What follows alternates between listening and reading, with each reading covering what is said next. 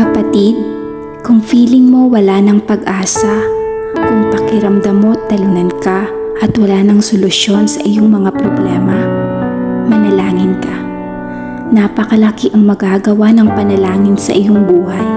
Anumang lungkot, takot, pagkabagabag, pangamba at anumang negatibo na nariyan sa iyong isipan ay kaya nitong alisin. Manalangin ka ng taimtim. Yaong panalangin may pananampalataya. Manalangin ka, sapagkat ang Panginoon ay handang makinig sa iyo. Isuko mo na lahat ng iyong pasanin. Ipaubaya mo na sa Kanya ang lahat ng iyong alalahanin. Manalangin ka, kausapin mo siya, at mapagtatanto mong meron pang pag-asa sa kabila ng iyong pagdurusa. Manalangin ka, papawiin niya ang iyong luha at papalitan ng kapayapaan sa puso mo. Bibigyan ka, ipaparana sa iyo ang tunay na saya.